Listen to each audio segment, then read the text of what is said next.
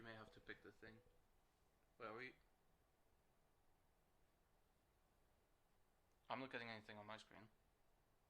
Neither am I. Oh wait. Oh, it's just taking a second, I think. No, it's like I'm looking at the statistics. What? That's the wrong thing. What do you mean? It should be episode 26. Well, I said you've already sorted out the titles, and you said yes. I did. I'm never trusting you again. I didn't do anything wrong, mate. Presumably, like, it has to be done on the Streamlabs side as well to connect. But yes. anyway, I mean, we're live anyway, so we can change it afterwards. Okay, fine. This should be a problem. Fine. I mean, unless you want me to end the stream, and then we have literally just a few moments. Well, let me look into what that means. Anyway, hey, how's it going? Wow. Okay. Welcome to this scuffed intro. We are experiencing technical difficulties. It is natural. We started early, so it was a premature starting stream. So maybe that was part of the reason why. Yeah. I mean, no. You could say we look embarrassed, but you wouldn't know. Yeah. So the cable that we need to hook the camera up to the computer is currently MIA. Yep. Genuinely don't know where it is, but you know. We'll either find it or it will never be found again. Yeah. It'll be one of the two. It's just another lesson for us to always have a spare. Yeah, it is true. That is actually a good lesson to have. But anyway, so on the topics for today, so just jumping straight into it. What are we considering? You know, what's the thing to talk about? Well, we can start with some light news if you like. Sure thing. I guess this is an easy thing to kind of to talk about first thing, because celebrity culture is a big thing that we'd like to talk about, and on my way, here I read the news today, and oh boy, in the paper it said that there was a lawsuit of a YouTuber called Tasha K versus Cardi B, right? Okay. And so the story is that Tasha K is a YouTuber who at some point, apparently, and I'll be honest, like I've researched very little about this because I only found out about this like maybe an hour ago. Yeah. But it's worth kind of talking about. Basically, she made videos in which she attacked. I'm doing air quotes. She attacked Cardi B, saying that she had herpes, simulated sex acts on herself on stages, and worked as a prostitute. And apparently, Cardi B didn't like that, and even said that it gave her suicidal tendencies. So sued her. This was about in 2018. The lawsuit's over now. Cardi B won. Okay. And the plaintiff, Tasha K, had to pay out $4 million, right? So, the reason why I wanted to talk about this is not because it's like, oh, celebrity calls or whatever. The main reason is like almost an open question to Cardi B, saying, really? Was this necessary? Yeah. Like, I mean, yeah, it's defamation, which is not great. You know, it kind of sucks to have someone say that you may have herpes based on pictures that she was trying to analyze and didn't actually know anything about. The simulated sex acts on stage, it's not entirely untrue though, is it? I mean, she kind of does. Yeah, I mean, to be fair, a lot of musicians in the pop and rapping culture now these days, I feel. Yeah, it's kind of a thing. Fair, not even just in that, like in any music part of the industry. Yeah, and didn't she used to be a stripper? Possibly, I have yeah. No so idea. it's not that far off. All you had to do was reach out to her and say, "Hey, these things that you said, not entirely true. Do you mind taking that video down? We can talk about like whatever. I can give you like the details of what you said and how what you said isn't true." No, she was like, "No, you said mean things. I am suicidal now, and therefore I am suing you." I mean, that's the thing. I feel most celebrities, and I have no idea where Cardi B lives, but I feel like it's going to be in Los Angeles, California. New York. No, or New York. I was Yeah, going to say same thing. Or New York. Same They're basically fucking the same thing. They're both liberal Yeah. cities. I feel celebrities there have developed a very thin skin on both sides. I mean, you look at, and this is an odd comparison to draw, but Elliot Page and her attacks on Chris Yep. Pratt. The fact that Yep. she was offended by his choice in church, he was offended by Chris's choice in church, even though it doesn't affect him in any way. Chris never worked with him, so on. I feel it's just they will take a chance to take either the spotlight or try and gain some fame and traction by anything. And then there are some of the good ones that are under the radar, just generally don't give a shit. To be fair, that's still a massive chunk of them, I would say. But there are some that are very clearly like, you see all the news articles about them. It's like, yeah, these people are just whiny bitches who just do this for attention. Yeah, and They claim to not like the paparazzi and all that stuff, but then they're the ones to talk and complain the most and about topics that they're the aggressors most of the time in. yeah, which is it is very much what this is. So, I just look. I don't think either of these women are right in anything that they did. No. Like I don't think it's particularly interesting to go online and like say mean things about someone in such a level of passion. Not that we don't do that. No. But, yeah, at the same time, it's the fact that Cardi B took such an offense to a YouTuber. It's like, mate, it's a woman on the internet. Her opinion means nothing. Not really, no. Like, it only means something because you make it mean something. Yeah, exactly. By you reacting, you're giving the story power. Because now, even though you may have won the lawsuit, people are going to be like, should she have won, though? Yeah. Did she cheat? Or is what that person said true? That kind of stuff. Like, yeah. She's only shot herself in the foot here, I feel. I mean, here's the thing. Even if she was right, like even if she never did any of the things or never like all of the things that were said about her were untrue. Yeah. And she did go after her for defamation for and got a payout of such a large sum of money. Yeah. Even then, it's like you come out of it, and I don't think you've really won in my eyes. Like I don't think you're a particularly good person. No. And nor am I inclined to listen to your music any more than I was before. Yeah. Maybe some people are. No, but, to be fair, most of her. No. To be fair, I feel most mass-produced fan bases are genuinely sheep. To the point that they can't form opinions on their own except for the one celebrity that is talking to them. No, I don't think they can, to be honest with you.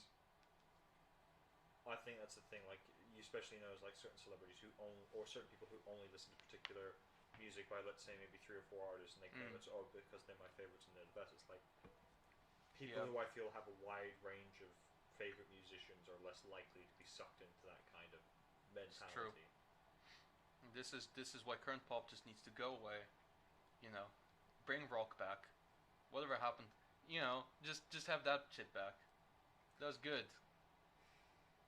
That was real music. Okay. Moving on, though, from that, I feel still in the realm of Hollywood and the PC culture gone. Yeah, we can talk. Crazy. We can talk about where I think you're going. So I saw on Facebook. To be fair, I didn't even bother reading the article. I just could not give a shit. But apparently, Disney's live-action Snow White will not feature dwarves to avoid reinforcing stereotypes. Now, I don't understand how that's reinforcing a stereotype, considering in the actual fairy tale story there are dwarves, and dwarves in a fantasy setting like Snow White are an actual race of people that are different from shorter, vertically challenged people. Yes. Just any real. They're not little people. They are regular people like you and I. Yeah, exactly. There isn't a difference, and I'm just annoyed that people feel this is something worth talking about or worth whining about or bitching about, and the fact that Disney is so concerned about keeping their image that they haven't even considered whether or not people actually would give a shit about this sort of thing. Well, so basically, also I think it's worth adding to. I'm just checking this now to make sure that I don't actually say that something is untrue. I think there were initially, I don't know if it's like that they've decided it now, but originally they were. Um, I, it's not that they're removing the seven dwarves altogether. They're just changing completely what they are. Oh yeah, no, that's what I got. Like, it's Yeah. still going to be the seven dwarfs, but it's going to be that they're just regular people. Like, well, Yeah, they're going to be tall people, not so vertically challenged. Because so the idea is that Peter Dinklage, who is a Vertically dwarf, challenged. yes. Let's be honest, he has dwarfism. Yeah, he is. And he said that he was blown away by the fact that not only is Disney making a film about Snow White and the Seven Dwarfs, but that they are in fact patting themselves on the back for casting a Latina actress as Snow White, and then saying that they're so great and progressive. But then they have seven dwarfs, and it's like, okay, well that's backwards. Which, by the way, I'll be honest, I don't necessarily agree with him there. Like, I don't think it's backwards to have the dwarves because, like you said, I mean, they are a mythical race of creatures. And also, to be fair, if we're talking about you wanting to be diverse, it's like we're going to cast a Latina actress as Snow White. And it's like, okay, fair enough, who gives a shit? But we're not going to cast short, vertically challenged dwarf people as the seven dwarfs. So wait, you're not going to include dwarfs, you're going to just include regular white people. Yeah. Yeah. I feel like that's backwards if you're preaching, about diversity. Would you not want Peter Dinklage, who's one of the hottest properties in Hollywood when it comes to the niche of what he can do as an actor? And, I mean, to be fair, other films have shot... Huh? No, I was going to make a poor joke, so just come on. Okay, I was just going to say that, other films have shot, fantasy settings where there are dwarves and not actually use dwarves, like Lord of the Rings. But at no point had Warner Brothers ever gone, oh, see how progressive we are? Just casting anyone as these dwarves is like, no, we can just cast an actor and then we'll shoot it in a way that makes him look shorter. Yeah. Everyone will use the shots where he has to be next to someone. We'll just use a different actor and shoot in the back. Yeah, no, exactly. And I don't see why there's such a point about it. And also, I'll be honest, right? They can't do any, like, so what I was going to say, because I was going to type out a whole essay. Yeah. When you sent that. First of all, it's, yeah, so they are, who are you, like, the real question is who's being offended by having seven dwarves, right? Because if you're talking about the mythical creatures of dwarves, no one's heard because they don't exist. Yeah. If you're talking about people with dwarfism, right? I feel if you're gonna take take out the roles of the dwarves, and then give them to bigger people, whatever, that's job erasure. That's almost you saying to them, you can't do this job. Yeah, because which you don't because if you were to do this job, you would be stereotyped. I do wonder if Disney will go back on this now. Here's the thing. I think they should just either make the film as they believe they should do, casting whoever for whatever without really caring about what the actual social implications are. Yeah. Or just not make the film. Yeah. Because it's too late. And they can't not make the film because they've got... Because now they've already announced casting, they've announced they're doing certain things, like they're going... To be fair, Disney will just make any film at this point, and even if people don't talk about it, they'll still go through with it. Yeah. And why wouldn't they? Yeah. The only thing that they need to stop doing, which is not just for this film, but for literally every film that they do, is to stop claiming that they're being progressive. Because they're not. They're making films. Yeah, that's very true. Yeah, I completely agree. And this is a conversation actually that we I don't know if I brought this up with you. I definitely brought it up with Lucky on the podcast I do on Saturdays. Yeah. Because he tends to have stronger opinions about this. But basically, the conversation was this, right? Because we were talking about, Moon Knight. Well, I brought it up anyway. Yeah. You've seen the teaser, right? Yeah. And so, I didn't necessarily mean this like in all seriousness, but the teaser or even the trailer shows him in. If you don't know who Moon Knight is, he's a Marvel character who basically, I think he's imbued with the spirit of like an Egyptian former pharaoh or something like that. Yeah. And he has In other words, if you've watched Yu-Gi-Oh, you know what the show's. Okay, yeah, but basically, but his main gimmick, if you can call it that, is that he has so much power and so much wisdom mentally that he can't contain it, and so because of it, he developed multiple personality disorder. Yeah. So I think he has like 3 identities that he kind of switches in between. Okay. One of them is Steven something, which Yeah. is what he seems to be in the trailer, and then switches to Moon Knight.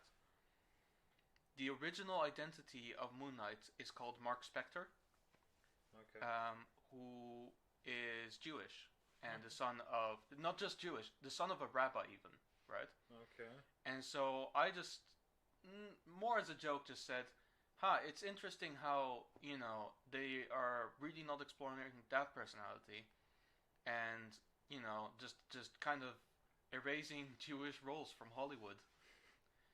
I was just saying that, and then basically we started talking about that whole thing where it's like, casting one race for a character that originally wasn't there. Like, especially with Marvel, think about Baron Mordo, who was Asian and now he's black, or the Ancient One, who was Asian but now they're white, and a woman, and a woman even, which is why it performed pretty poorly in Tibet, I guess, but pretty well in China.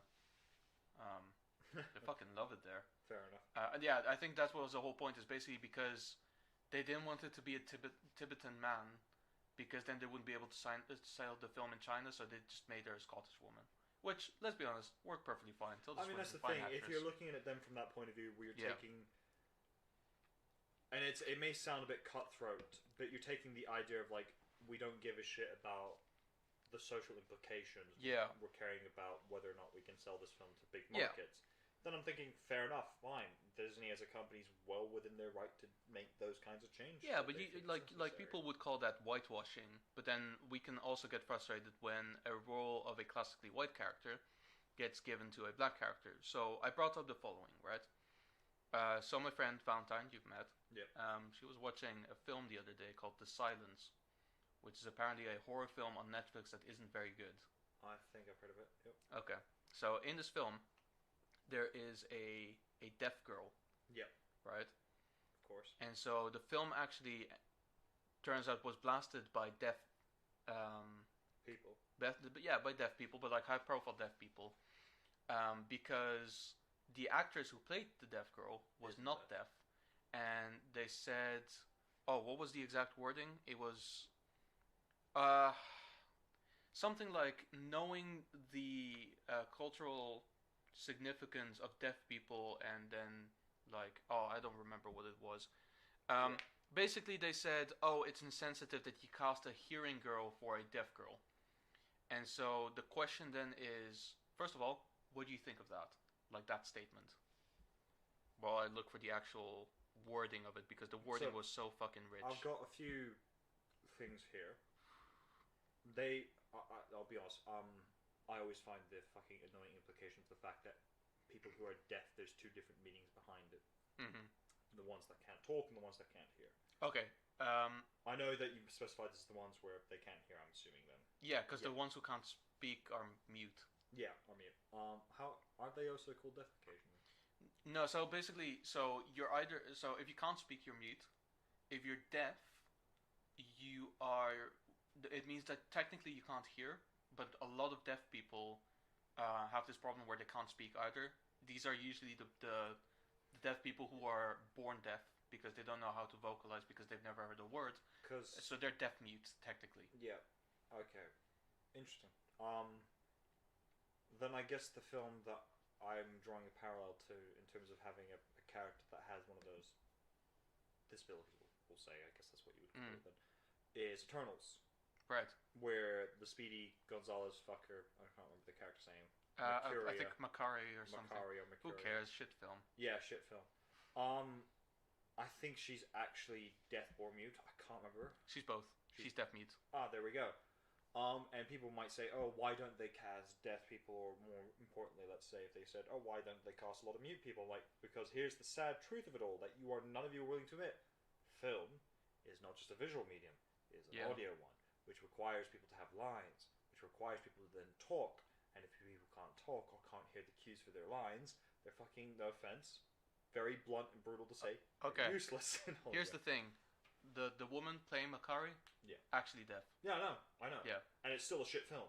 It's like, well, yeah, because she missed our fucking we cues. want someone who's deaf to make the film good. Okay, have you seen the Turtles? Yeah, what'd you think of it? Shit. Yeah, did you know the actress in it's actually deaf? Well, that's just one example. Yeah, and it's a big budget. No, you know what? Because the way I actually, what I said to her when I heard that was, yeah, and you know what? I'm sick and tired of all these fucking gay guys playing straight guys on TV. It's so fucking, like, why can't we just cast straight guys for straight guys? And Why? gay guys for gay guys. It's like, it's fucking job erasure, man. I mean, obviously, I don't mean that, but it's it's a good. No, parallel. I have to say it because it's the internet. Of course, yeah. So. No, don't get me wrong. It's like, and I think weirdly we talked about it. Whatever the character's name is, I think once again Makari, whatever. She was weirdly one of the more tolerable characters. Yeah, I liked her in that film. But it's. I mean, also looking at films like A Quiet Place, but I think it's because. I don't. It's just. I think it's just so low and pathetic of people to sort of point out these. Not low, pathetic. I think it's just. It's pointless. There we go. That's a good term. It's a pointless thing to be making the argument of or talk about. It will never matter. It doesn't matter. Yeah, it's just whatever. I don't know. Yeah. So basically, given that, right, like that, these characteristics of like, like deaf people being cast, hearing people being cast for deaf people. Yeah. Also, like, think about this as well. Like, I haven't actually seen the film yet. However, think about The Upside, I think it's called. Okay. Which is basically just a remake of a French film about a black man taking care of a man with paralysis, like in a wheelchair. Yes. And they cast Bryan Cranston, who is very much an able-bodied man. Yeah. Is that bad? I mean, well, no, it's the same thing with the X-Men with Professor Xavier. Yeah. Both actors, very not paralyzed from the waist down. They can fucking walk. They can walk. Just quickly, I think I'm slightly quieter than you looking at the levels. Just okay. Ever so slightly. Let me adjust that real quick. Need an adjustment. Yeah, that seems better. Yeah, it's much better. Just a little touch. Yep. So basically, like, I can't find the fucking quote. Anyway, the point of it all is, having hearing people for deaf people and gay people for straight people and straight people for gay people. And I mean, that's kind of weird too. I mean, can't you just, if you're gonna hire one for the other, just fucking, you know what I mean? Anyway, that's the point though, isn't it? It's like, yeah, you would complain about, let's say, a straight person playing a gay person, but you wouldn't complain about a gay person playing a straight person. But like in that regard, it's like we're saying that's okay because they're acting, so they can pretend like it's not. It's make believe. Yeah, it's make believe. So they're acting, right? They're playing a character, a role, and in that regard, like, it isn't significant that they are what they are playing. Yeah, I think. Given this, what about race swapping? That I was just about to say, because here's the thing. Because that's where I was going with this. Because I think an example of weirdly, you're wearing the shirt that I want to bring up this with. For the listeners at home, he's wearing a Superman shirt. Weirdly, and I figure the reason why a lot of Hollywood studios are so twitchy about being so diverse to the point that they start hurting themselves is because of the area they're in, Hollywood. Yeah. And they're more likely to get a crowd of angry people showing up at their studio, at their doorstep, if they're not socially equal. Yeah. Whereas if, let's say, they were in Texas, I feel they actually wouldn't give a shit as much. No. Because they would get the reverse. Yeah. Well, that's a conservative state. Exactly. So I think it's just the placement of Hollywood and the fact that they're more concerned about the fact that they're going to get. And I think it is mainly because what if there's just an angry mob one day at the front of outside the Disney lot? Yeah. Just not happy with them. they wouldn't care if they knew that there wouldn't be a mob one day. Which then goes back to the point about Superman is the fact that if they recast it as a black guy playing Superman, Yeah. Hollywood would be like, well, Los Angeles would be like, yeah, clap, good for you, well done. Yeah. But then if they did the reverse, let's say if they recast Black Panther, which, okay, that's a bit too much of a stretch. Let's say it. Yeah, that's insensitive, man. The guy's dead. Okay, there we go. God damn it. All right, let's say they Shaft or Luke Cage or whoever as a white person. They'd have a massive. It would be a shitstorm in Los Angeles and California. Like, you can't do that. We're going to protest and blah blah blah. Yeah. But not that anyone would. Not that anyone actually would. It's just they're more like. Weirdly, I think it's us because of understanding their employees have to go to a lot of these, liberal coffee shops that are in Los Angeles, where someone might go, oh. I guess that's really the point is that the main reason why race is worse is because they are doing it for the reasons of making themselves look more progressive. To one state as well, that they're trying to make sure it doesn't show up one day on the. Because I'll be honest with you, like having discussed this now this way, I don't have a problem with the Black Superman if there ever was one. No. However, I do think that this one wouldn't work because he's specifically casted to be one. Yeah. And I'm not cool with that. Yeah, I think that's the. Got that too loud there. It's laying too close. Yeah. If Hollywood woke up one day and said, the next Superman is going to be black, and it was like a preemptive warning to Superman fans, it is Clark Kent. The reason he is black is solely because we think the actor is good for the job. Yeah. I think there would still be fan backlash, but I think more people would be willing to go, okay, we'll wait and see. If he really is fit for the role, and you're right, we're 100% behind. Yeah, but you know what? I'd still not be happy about it. Because at this point, the producers of the film and the casting directors and the actor themselves, of course the actor themselves, and the director have not necessarily done anything wrong. However, the press will come all over that shit and go, oh my god, they casted a black man as Superman. We have ended racism, folks. Yeah, they'd put words into their mouth. Yeah. And the studio would be powerless and to stop it. I would hate that because again, like the studio is like diminishing the achievement of the film in a way. In being a really good film. It becomes, what's the word? They're putting the focus on the wrong thing. Yeah, it becomes what? What's the word for it? And the problem is that because they are putting those words in their mouth, and people seem to then celebrate the film. Yeah. The most strategic thing for the distributors and the producers to do is to lean into it, and to just go, yes, this is true. We are being progressive. Yeah. We are great. Yeah. And it's not like, they could just go, no, we just casted someone because we think he's the best for the role, not to be progressive or anything. Yeah. We don't particularly care about that. Then I would support that and go, okay, this is great. I mean, the likelihood is just so small. That's the point. It's like a weird version of when they announced that John Kent was bisexual. It's a preemptive strike of you trying to cut off before the media gets involved, and you just making an announcement like, guys, next Superman is going to be black. It's not It's not about social equality or any of this stuff. It's solely because he's right for the role. Yeah, but I don't want him to do that. Is what I'm saying. I know, but ultimately, it's either that they don't say anything and they still cast him that way, and then the media rips into them, or rips it out of proportion and praises them for the wrong reasons. Yeah. Or that they get ahead of it and just say, guys, it's because of this reason. And they cut the media off and say, look, before you even put words in our mouth, go fuck yourselves, it's not because of that reason. In which case, then there's probably still going to get the backlash, like, oh, they're casting Superman, but not for the right reason. Well, I mean, that wouldn't be so much like CNN or BBC, that would more be like fucking bloggers who would go on the internet going, oh, to be fair, they don't understand the point. For the most of it, like, it will come through in the work as well.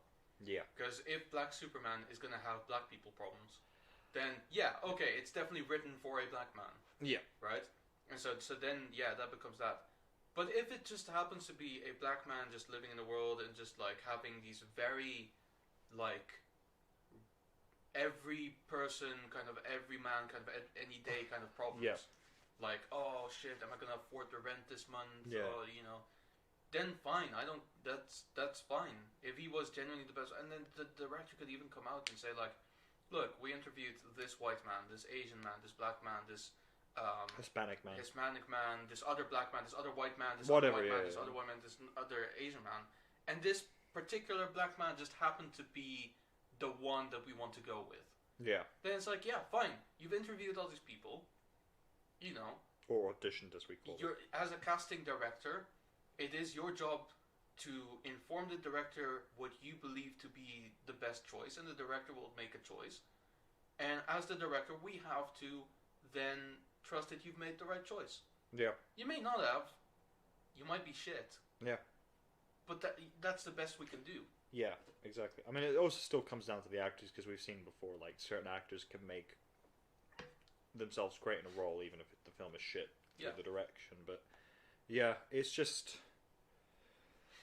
I feel like Hollywood is in a bad position because of, weirdly, the fact that it's in Hollywood. If it was... Yeah. I think now if it was even in a different state... Hell, I think even if it was in New York State, I think it would be slightly better off. Because I think California is so extreme now to the point that it's kind of killed a lot of the industry.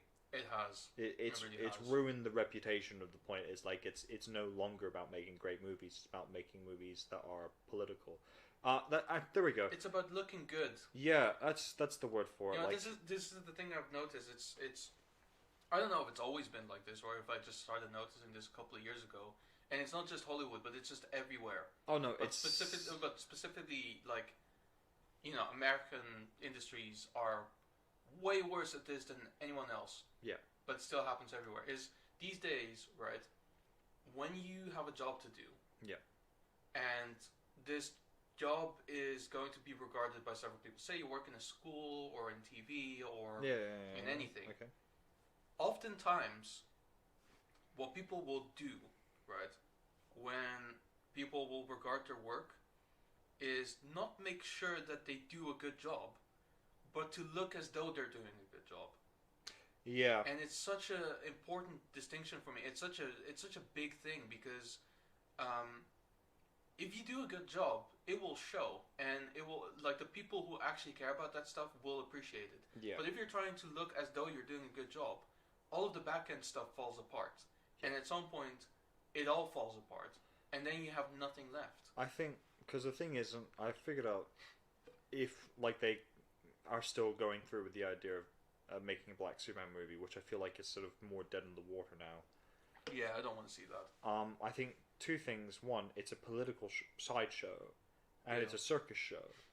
Because people are going to go and see it not because it's a good movie, but because they want to see what a Black Superman is like. Yeah. Which is, once again, missing out on the point. Yep. And don't get me wrong, Man of Steel is, I'd say, either average or just below. I'd say average. Yeah. It's not that bad. It's not that bad, but it's not It's great. probably, in my opinion, in terms of like actual filmmaking quality and like objectively, for me, it's the best film Zack Snyder has ever made. Interesting. Okay. Fair You enough. might not agree. Yeah, I don't. Like, But and some people will say no because Watchmen is far better. yeah. I don't necessarily agree with that. I don't like Watchmen all that much. No, I do. But For besides, me personally, it's not necessarily. Yeah. Do you know what? No, I'll go with it. It's probably my favorite Zack Snyder film. So before we go into the Zack Snyder thing, It's a low bar. We've now beaten to death. Yeah. Getting back onto the topic. Back on the topic, yeah. It's just the thing is, it's a fine Superman film, but the beautiful thing about it is the fact that people did look at it as a Superman film, not a representation of a white guy playing Superman. No, because it's not something that anyone should be thinking about. Yeah, absolutely. Like, people should be looking at that and go like, that's Superman. I can either relate to his problems or I can enjoy him and feel like he's a savior who would be there for me, and not look at him and just go like, well, I'm black and he's white, so he doesn't particularly give a shit about me. Yeah, which God, nah. Which is why there's a little scene in Superman and Lois season 1. You know, the episode where it's like he's in his memories, and like the first kid he saves is black, I think. Yeah, And I was no, like, it was you the know very what? first episode. Yeah. Yeah, and I was thinking it's not the first episode. It's a flashback episode. where he saves the kid from the car that's crashing down. Yes. Yeah, that's episode 1. That's episode 8. And in episode 1. Oh, I don't remember that now. Well, episode 8 then. It is, because I'm guessing it's also the point where he says, "Oh, cool suit, yeah, my mom made it for me." Yes. Yeah, that's in episode 1 as well. Oh, I don't remember this. It's literally when he's going through his life of like, oh, this is, when I became Superman, this is when I met Lois, I proposed to her, we had 2 kids, blah, blah, blah. Basically, it was like, it was a brief one, and then in episode 8, I feel like it was... Anyway, the point is, right, I didn't really think about it much, because I just thought to myself, oh yeah, that's Superman, because he saved the kid, and he's being like a nice gentle guy to him. And now I'm thinking to myself, I was like, he saved a black child. So technically, like, if anyone would ever say, oh, I'm black and Superman is not my hero, it's like, well, he would still save you. Yeah. He doesn't really care about race particularly. I think he just cares about species. When you think about the rest of the show. I mean, yeah, because that's the thing. He's kind of anti-Kryptonian, I'm not gonna lie. I mean, having said that, I mean, he has had, throughout the comics and shows and movies, he's got a good reason to be anti-Kryptonian at this point. He's a self-hating Kryptonian. I mean, you look at all the Kryptonians that have arrived on Earth. General Zod. Tal-Rho. Yep, bad. Even Rao in the comics. Bad. Oh, Jor-El, bad. Jor-El, bad. His own fucking dad. Doomsday. Yeah, bad. I mean, Kryptonians have not got a good track record thus far. Not particularly. They've not got a good one. The only other good Kryptonian that's come from Krypton was Kara, and even at the start, she was very questionable at times. She wasn't evil, but she was very blunt. Yeah. She was had a lot of anger issues. She wasn't quite integrated into human society because when she arrived on Earth, she was an adult and not a baby that could be molded by human society. But yeah, plus she's a rich family girl. Yeah, and another one, Brainiac. Oh yeah, bad. There we go. So there's a reason why he's anti-Kryptonian. So that's more like from past experience. He just knows Kryptonians are not always good. But yeah, I don't know. I feel it's become. It's almost an inside joke at this point. It is. Everyone in the world. I will say, I think that's the one thing Superman and Lois has done really well. In the fact of, I mean, they made it political, but they made it very clear that Superman is not a political person. Yeah. Because in season 2, it's giving a slight spoiler away, but even then the trailers kind of gave it away slightly. Superman saves a submarine. Mm-hmm. It's a North Korean submarine. And the new guy who's running the DOD, in place of General Lang. What an unfortunate name. What? Because that's us. There we go. Whoops. We're at the Department of Defense. There we go. In secret. So not so secret. We're changing our name. There we go. So it's not DOD. It's going to be Dawn of Podcast. So DOP. Or DOP. To be fair, I had previously suggested to refer to it in acronym as DOD or DOT. Because at some point I found that someone, like a streamer, was using DOD as an acronym for Dildo of Doom. And I was suddenly very uncomfortable to be conflated with that. Fair enough. But yeah. So what was I saying? Oh yeah, he saves the North Korean submarine. He meets the new guys, the head of the DOD. And he's like, oh, could you just not have dropped it on American soil? And he's like, I'm not an American. But it's like, but you represent American ideals. It's like, but I represent the world now. When I became Superman, I made a conscious choice to help the world, not just America's interests. And I like that. The fact that it's very clear, it's like making it clear to people, it's like, Superman's not an American hero anymore. He's a global hero. He is now. Well, he is. He just happens to be from America. Yeah. I mean, it's weirdly one of the very few lines I like in Man of Steel. And I don't know whether or not Zack Snyder actually put thought into the line, or whether or not if he just got lucky. When he crashes down the drone in front of General Swanwick. Yeah.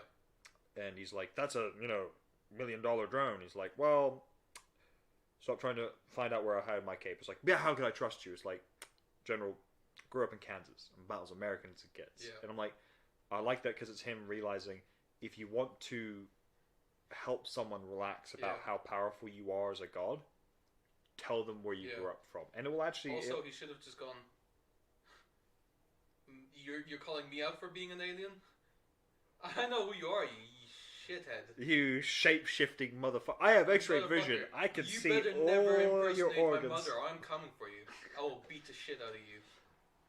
To be fair, he couldn't have known that because I feel like they didn't even know that was going to happen. No one knew it was going to happen because it's so far the fucking left field that it should have never happened. I mean, I knew like some.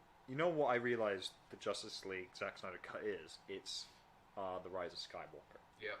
It's fan pandering without any real thought process of whether or not they should have done it. But yeah. Anyway, back to sort of. Well, no, we've beaten this topic to death. I think we've reached a natural stopping point with this topic. Moving on to a massive one. Yeah. From. Well, there are two that we can cover. One is the. One is let's say one is Battlefield and one is Call of Duty. Yeah. Which one do you want to shoot first? Well, to be fair, one is Call of Duty, which I feel like we can save at the end because it's a little fun thing to do. But sure. And then there's EA, and then there's the big, sort of Titanic. Holy fuck! Activision just went. No, that's what I meant when I said Call of Duty. Yeah, I assume that's what it was, but yeah. Yeah. So let's just save that for the end because that's the biggest. Fair enough. The biggest one. So yeah, a friend of mine just sent me a TikTok where it was a guy, a streamer presumably. They're no longer friends. Talking about. Because he sent a TikTok. I send you TikToks. Yeah, I know. Why am I here? Fair enough. Touche. Yeah, I'm here for the clout, really. Even though no one's actually watching right now. What clout? What clout can I give you? You stream on your own. I'm here for the clout. I get more clout out of this than you do. My presence here is a blessing to you. Yeah, exactly. That'll change, I'm sure. Probably. Yeah. Probably not actually. But yeah. So EA are in the process of discussing whether or not Battlefield 2042 is going to be made for free. Yes, and then, well, no. Or at least a part of it. No. So, this is where it gets conflating because, like the TikTok and other sources, people on the internet are saying, "Oh, Battlefield 2042 is going to be free." That is false. Yeah. On several stages. The first one is there's no actual confirmation yet. They are considering it. Yeah. And the reason why they're considering it is because, first of all, they want to do it because the sales underperformed. But then also it's still EA, so not asking money for a game, kind of weird. Yeah. So they are very much in conflict of themselves. The second thing as well is that even if it does go free to play, in terms of what they are considering, it's not everything. As far as I've found on articles and stuff like that, it would be mostly like the portal mode because that's kind of open for everyone anyway. Yeah. Like I, without owning the game, as far as I can tell, can make a game mode for Battlefield 2042. I just can't play it because I don't own the game. I have a suspicion it'll be one of two things. I can even log on to Battlefield 2042 and take a look at the different game modes. But it'll either be this is all just complete bullshit and it's just them trying to drop some sort of, hype for the game to get people to be more invested in it and clout or whatever. I don't know. The other is there are two particular game modes I could see being made free, and I was right about the name for one of them, but I just wanted to make sure. It will either be Hazard Zone or Portal. And the reason why I say this is Hazard Zone is basically EA's version of a Battle Royale. Oh, no, that will become free. It will become free almost without a doubt, yeah. Because Warzone did, and they are directly competing with that. Yeah. The other mode is Portal. Yeah. But it'll be solely on the basis of they'll make certain aspects of it free. And in other words, so certain things like the 1942 aspect of it will be made free. The whatchamacallit, Battlefield 3 possibly, and Bad Company 2. So 1942, Bad Company 2, and Battlefield 3. So that way people can play. By the way, looks absolutely fan-pandering. Oh no, it absolutely was. Because Because there's other Battlefield stuff that is just not in there, that they just haven't bothered to put in there, and Yeah. they're like, oh yeah, because the fans wouldn't care about the fucking what's it called? Battlefield 4, Battlefield 5 is not in there. Battlefield 1. which one was it? The one with the cops and robbers? Hardline. Hardline. To be fair, the none of that reason is they've in there. gone with these three is because they are the fan favorites. Yeah, Like, of course, and I get that, but Yeah. also, you know. I mean, You well, know? that's the thing. Why would you bother putting time and resources into adding in a particular one that most people don't even remember anymore? Yeah, of course, but like still, you know, one thing. Anyway, But it will be most likely definitely has its own. But Portal's an option, but it would be parts of it like the 1942 and that, just to give people a taste of like, this is the updated graphics. Now imagine the new advanced guns and weapons and tanks and so on, to convince people to pay for the full game, which I could see them doing. yeah, because this is EA. Yeah. Making the full game free is just something I don't see them doing. Yeah. If they did, I think it would piss off a lot of fans who have already bought the game, and they'd have to make it up to them in some way, because you cannot piss off the majority of fans who have already bought the game and invested in it for you. I mean, you could have done if you were to make the game free in 5 years. Yeah, if it were, actually that's true. If it were free in 5 years, Yeah, definitely. but it came But- out like October, didn't it? Yeah, so to do it, what, 4 months? Yeah. 3 months, not even 4, nearly Yeah, there you nearly go. 4 months. Is just very much like, we didn't give a shit about the guys who bought the game originally, and even Yeah. then, to give something to those fans, it'd have to be pretty big. I'm not talking like, oh, we're gonna give them a free skin. It's like, no, you have to give them more than that. Like, you have to give them like an exclusive weapon. Yes, an exclusive. You have to give them a lot of exclusive stuff. But carrying on, if they did it though, I'd actually would give them props, because it would be a very different, like, EA going, we no longer care about the money, which they won't do, and they still do care about the money. Of course. But it would earn them brownie points for me as like, this is EA trying to slightly redeem themselves. They're not going to bother trying, but it would be impressive if they tried. I mean, if they really do want to show that they don't care about money, make the whole of Sims 3 with expansion packs free on Origin Access. The game is dead. It's not being updated anymore. You're all up in Sims 4 and whatever stories that come with it. We can afford this now. Come on, who cares? Who cares? EA do, because they want to Yeah. squeeze every game for every little bit of money they can. Well, actually, to go back to Battlefield as well, because there's a little sub-story that I just found while doing a little bit of research. Because EA doesn't know how to manage this game. Apparently, I don't know. At some point, I don't know if you've noticed this. They launched a zombie survival mode. Yeah. And they took it down within a day.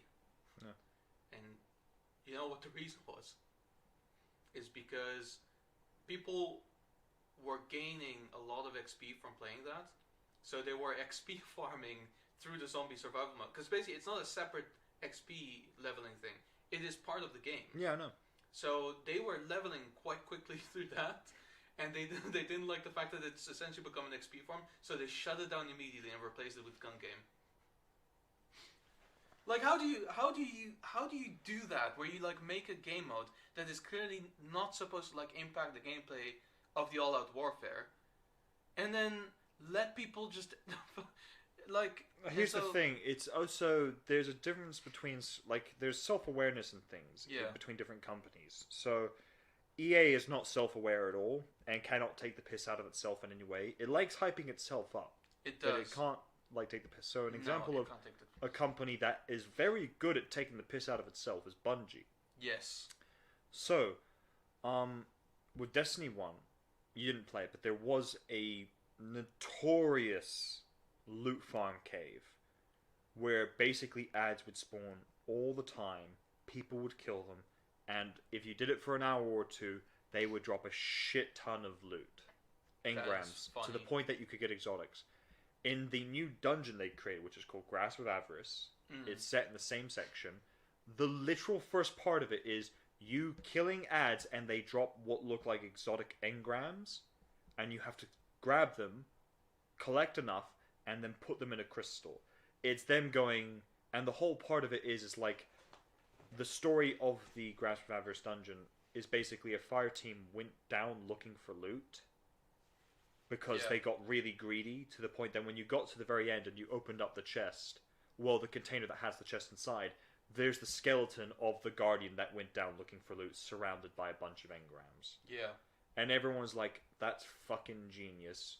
Because you're like, yeah, we know we had a loot farm, and we're going to milk this because you guys loved it. Why not? And that's the beautiful thing. Bungie is so aware of itself to the point that just no one can be mad at them. And it's brilliant. Yeah. And they were smart to get out of Activision when they did. Oh, yeah. For multiple different reasons. But yeah. Wow. Well, yeah. That's all there's really to say about 2042. The only thing to just briefly say is the reason why they're not going to make it free is because Battlefield 5 had a horrible launch. They didn't make it free.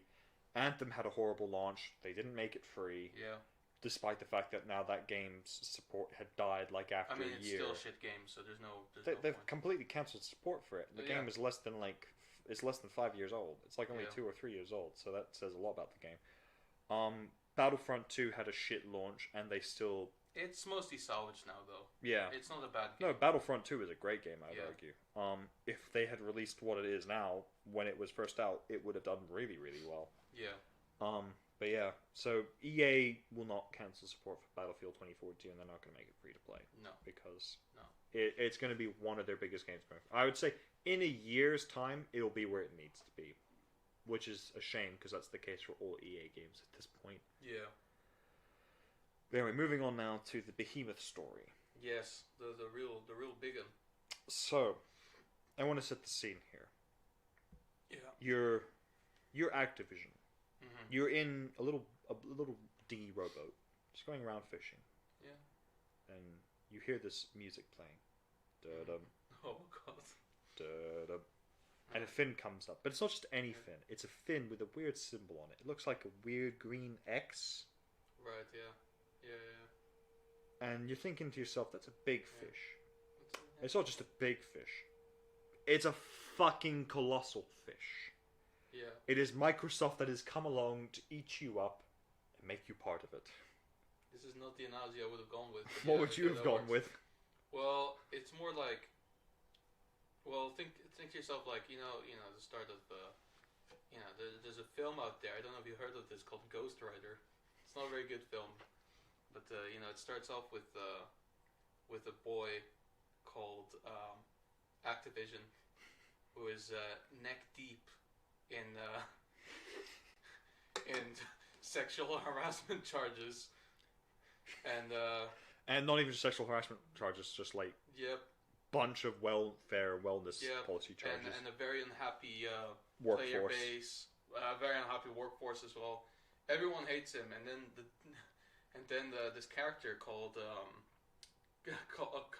Microsoft comes by and he goes, "Hey, I can make all of your problems go away. All you need to do is sign this contract. All you have to do is sign this contract and accept this massive amount of money, and I will take care of the rest. I will fit." And then they think, "Oh, great! I'll just take this huge amount of money, and my life will get better. I won't be a laughing stock anymore, and these sexual harassment charges will just kind of go away." Yeah. No, it became a bigger laughing stock, but they have a bunch of money now. Yeah. And they can always be called on as their Ghost Rider. I think that's how the film went, but I don't quite remember. I have never seen it, so I have no idea. But I like the analogy. Okay. I will say this. A few things I discovered. So, the guy who is in charge of Activision, who's been there from the start of all these problems beginning, is still working there. Yep. And as it turns out, when Microsoft finally completes the purchase, which won't be till June next year, to make it clear to everyone. Yeah. He is going to be getting roughly about $600 million per year. No, he's going... They're firing him. They're not keeping him on. Gotcha. He is getting a payout. So he already gets about 120-something million a year. Yeah. So they're going to be... So like a 5 years wage to get the fuck out. Yeah, essentially. And the thing is, the reason why they obviously have to kick him out is because he's the perpetrator of all this. He threatened people's lives and everything. It's like, you can't keep him on and keep that company afloating. Like, you need to get rid of him. And people are unhappy that he's getting paid that much, but they're also happy that he's going. Yeah. I mean, I did think of a better idea. If I were Microsoft, I was like, okay, we need to set the tone for all of the bad eggs at Activision. Like, you will get better or leave of your own accord. Is keep on saying, no, you're staying. Really? You're getting demoted, though. And you're getting a massive pay cut. So if you now had to quit, or we fired you, you would be getting nothing. Like, just make an example of him. Yeah. Ruin this guy's life to make it clear to people. It's like, you can't do this to people. Sure, then that would make you no better than him himself. But fuck it, he deserves it. No, you know what I would do if I was Microsoft? What? I would still give him the massive buyout, but then I'd hire a hitman to take him, not only take him out, but also steal the money back. And then just go to everyone and go, for anyone who would like to cross me, I have a very, very skilled man with, and you know, all you have to... Who vaguely sounds Irish? Who vaguely sounds Irish, yeah. All you have to do is cross me, and at some point, sure enough, you'll see a laser dot appear on your chest. And if you actually got a little microscope and read the fine print of the laser dot, it just simply said, you fucked with the wrong company, motherfucker. Well, actually, like, when the bullet is retrieved, it dissolves. It just... No, I would love if the bullet just got in and then the CSI pulled it out and it said, this guy was hired by Microsoft. Yes, we're telling you, you can't do shit about it. What are you going to do, fine us? We own the people who find us. But yeah. And then they go, we should probably give them a fine. Hey, John, I don't know how to tell you this, but there's a little red dot on your forehead. There. But. And then the next bullet just reads, really think about this one, boy. Really consider your options here. You can walk away, and none of this will be a problem. Or there'll be another dot. Yeah. And there's just then you like a dot appears, but it's like on the carpet, and you're just looking at it, and you put the bullet down, and then the dot disappears. It's like a rather large bullet, by the way, just so all of this text fits. Yeah. It's a 50 caliber bullet. It's a 50 caliber bullet. The guy isn't just killed; he's destroyed. Yes. He is turned to mulch. But anyway, so obviously there's lots of things to talk about this. First and foremost, Microsoft as a company are not filled with bad eggs. They usually do pretty well treating staff comfortably and keeping their fan base happy. I mean, Bill Gates is kind of part of a couple, like he's part of a couple of conspiracy theories, but other than that, you know. Yeah, like they don't treat people like shit. They'll be questionable times, but they'll do right most of the time. So Blizzard specifically is going to get fixed. Activision as a whole is going to get fixed. Yeah, hopefully. I don't think hopefully. I think Microsoft is going to go in there not with a surgical knife. They're going to go in there with a fucking hammer and bludgeon anyone who gets in their way. Here's the thing: in terms of like inter-office like behavior, yeah, it will probably get fixed. Yeah. I'm hoping. I'm thinking. But in terms of like actual like quality of content, remains to be seen. I'm not holding out hope for that because here's the thing. I don't think it's going to get worse per se. I just don't think it's going to get much better. So one of the big topics that came out of this is how will Sony survive? Because here's the quick thing: Sony obviously cannot afford to do a big company buyout of one of the other big titles like EA. Yeah. They don't have the revenue to do it. Nor should they do that. Nor should they do it. Nor do I think. So here's the big thing: people are like, "Oh, this is the death of Sony." I'm like, motherfucker, have you seen that? No one is. Here's a few things. When Halo was coming out, everyone's like, okay, yeah, Halo, whatever, cool, Microsoft, whatever. Same with, let's also look at an Activision title, Call of Duty Vanguard. Everyone's like, yeah, okay, whatever, cool. Fucking God of War, Ragnarok, Horizon, Forbidden West, all the next Spider-Man game, which is Sony exclusive. Oh, yeah. All that stuff announced. People have lost their shit for it. Yeah. Everyone's kind of like, yeah, okay. Sony have nailed down their genre and their target base. They know how to please fans and keep them. Yeah. Also, back. Sony isn't fucked because if you're just looking at games, then first of all, it doesn't make sense to do. Second of all, if you're just looking at games for Xbox to buy Activision Blizzard, doesn't mean that all of the games currently made and maintained by Activision Blizzard are suddenly going to be pulled from Sony's store. Yeah, exactly. Like, it's not like you can't play Call of Duty anymore. No, which, you know, I mean, that's the thing. A lot of morons on the internet think that's what this would mean. Yeah, but you can't think that. Which you can't, because here's the thing: Activision already had previous contracts in place. Yeah. And this is a clear move from Microsoft to almost state that they're no longer thinking console war. Hell, they're not even thinking PC versus console. What they're thinking is the larger scope. To be fair, they never thought PC versus console. They just thought PC versus... Because they're not actually like making the PCs necessarily. Yeah, of course. Like it's hardware developers for specific PC parts. Yeah, of course. And even then, they dipped their pencils on both ends. It's really just the consumer that has these wars. Yeah, exactly. That's the only thing they really. The companies don't care. It does not benefit Microsoft. Yeah. Sony is the only one who would benefit from winning the console war. Yeah. Maybe Nintendo. But Nintendo doesn't really participate. No, Nintendo's doing their own thing. Yeah, they're just like for the people who actually love gaming. I wouldn't even go that far. Yeah, well, there are some pretty toxic people I feel who play Nintendo games. No, that's true. But yeah. Because if you ever want to hear a Nintendo person talk about the console war, all they'll scream about is Legend of Zelda, I feel. Yeah, which isn't even that representative, to be honest with you. Yeah, which like if you really like Nintendo, Mario is probably Mario and Pokemon are probably the two biggest things. And also one of the things that are worth mentioning as well, in the outside of things, is like, what does Microsoft own, right? What does Microsoft produce? Well, Xbox, yeah. Not even PCs, just PCs in the sense that like, they make the Microsoft servers. Yeah, but they make the operating system Windows, which. And not even that, they make a bunch of applications.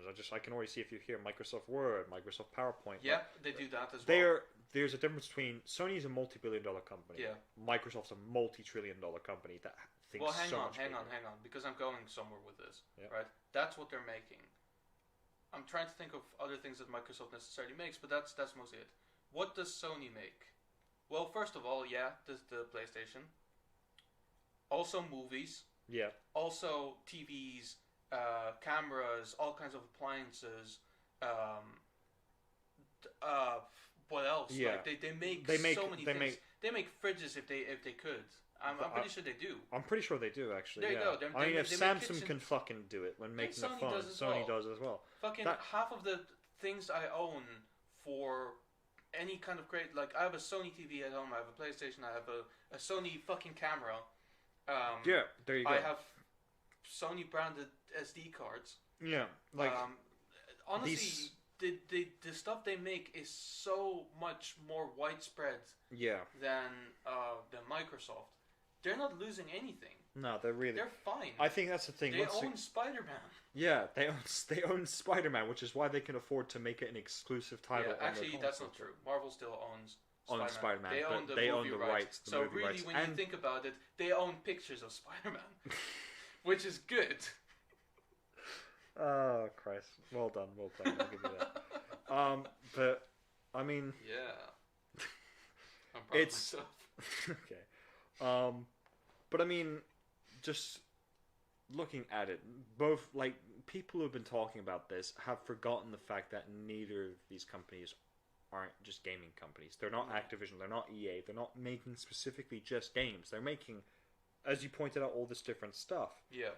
And to be fair, Microsoft is very much a computer company. Like, they don't make really anything that has anything to do with computers. Sony less so. They are very much like... Sony's a media company. Yeah. Sony is a media company. It is a media company, yeah. Whereas, I think that's the thing, it's... The bigger rumor that's come out of this is the possibility of Microsoft titles that are exclusive becoming both consoles now. There's a possibility of some of them crossing over to PlayStation. Like, it's a serious topic now because of how many companies... I don't think it's going to happen because I think this only really... I think it's just that what's going to happen is that all of the Activision titles that were going to come out for Sony anyway will just profit Microsoft. Yeah. That's the only thing that's going to change. I don't think they're going to tell Activision Blizzard to not make any games for PlayStation anymore. I mean, legally they can't. Legally they can't at the very moment because the contracts they have in place, which are probably lasting years in advance. Yeah, but even then, like once those contracts run out, they're not going to tell them, you know... Logistically and monetizing wise, it doesn't make any sense. It doesn't make any sense. It just means that Microsoft now has a stake in Sony sales. Not as big a stake as Xbox sales, obviously, so they don't particularly care. Yeah. But still, like, they just profit off of that, which is nice for them. Yeah, because I think that's the thing. When I was mentioning like the possibility of like certain Microsoft titles crossing over to Sony, I'm not talking about like Halo. Just no way in hell, Halo fans will not have that, cannot have that. They just would not hear it. But other smaller titles, I imagine, possibly to increase their sales numbers marginally. Maybe. This is still a maybe. It's not a guarantee. It's not me saying that's what Microsoft are going to do. It's me saying I wouldn't surprise me if they did, because they're thinking very differently now. I don't think that's necessary. I think what can happen is that if Activision Blizzard comes up with a new concept for a game, then Microsoft very much has the right to say, okay, that's going to be an Xbox exclusive. Well, here's the thing. I watched a video of someone explaining a lot of the like money side of this. Yeah. And I realized Microsoft didn't purchase Activision for Call of Duty. No, of course not. They purchased it for Candy Crush. Because Activision produces a bunch of mobile games, which in terms of, you look at revenue and cost, Call of Duty, AAA title, costs millions if not billions to make, requires massive teams, requires all this stuff. A fucking mobile game requires maybe a team of, let's say, 5 to 10 people. Yeah. Can be produced very quickly, can be then sent out, and then have all these microtransactions attached to it, earning them billions. That is why they purchased Activision, because Activision owns the company that makes Candy Crush and a bunch of other games just like Candy Crush, which make them billions. Well, that's fucking silly. Okay, so that it's a smart decision. The inflated number for which they bought them now seems so much more inflated now. I know this. Yeah, no, that's the thing.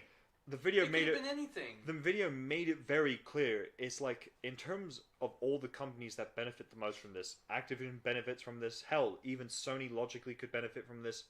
Microsoft does not benefit that much from this, because the revenue, the actual revenue, like profit wise, Activision brings in isn't even high enough. Like, they won't make the 69 billion. Sorry, the 69 billion back in the next year or two. No. Hell, not even the next 5 or 10 years. It's going to take them a lot long. It'll take them maybe 15, 20 years to make it back. Yeah. Which makes it very clear that this is a very different kind of investment. It may not have even been a smart choice for Microsoft to make this purchase in the long run. It depends who made the decision in a way, and what their thought process was behind it. Yeah. But I just think it's interesting that, like, again, because the amount was like, what was it again? Like 600 billion?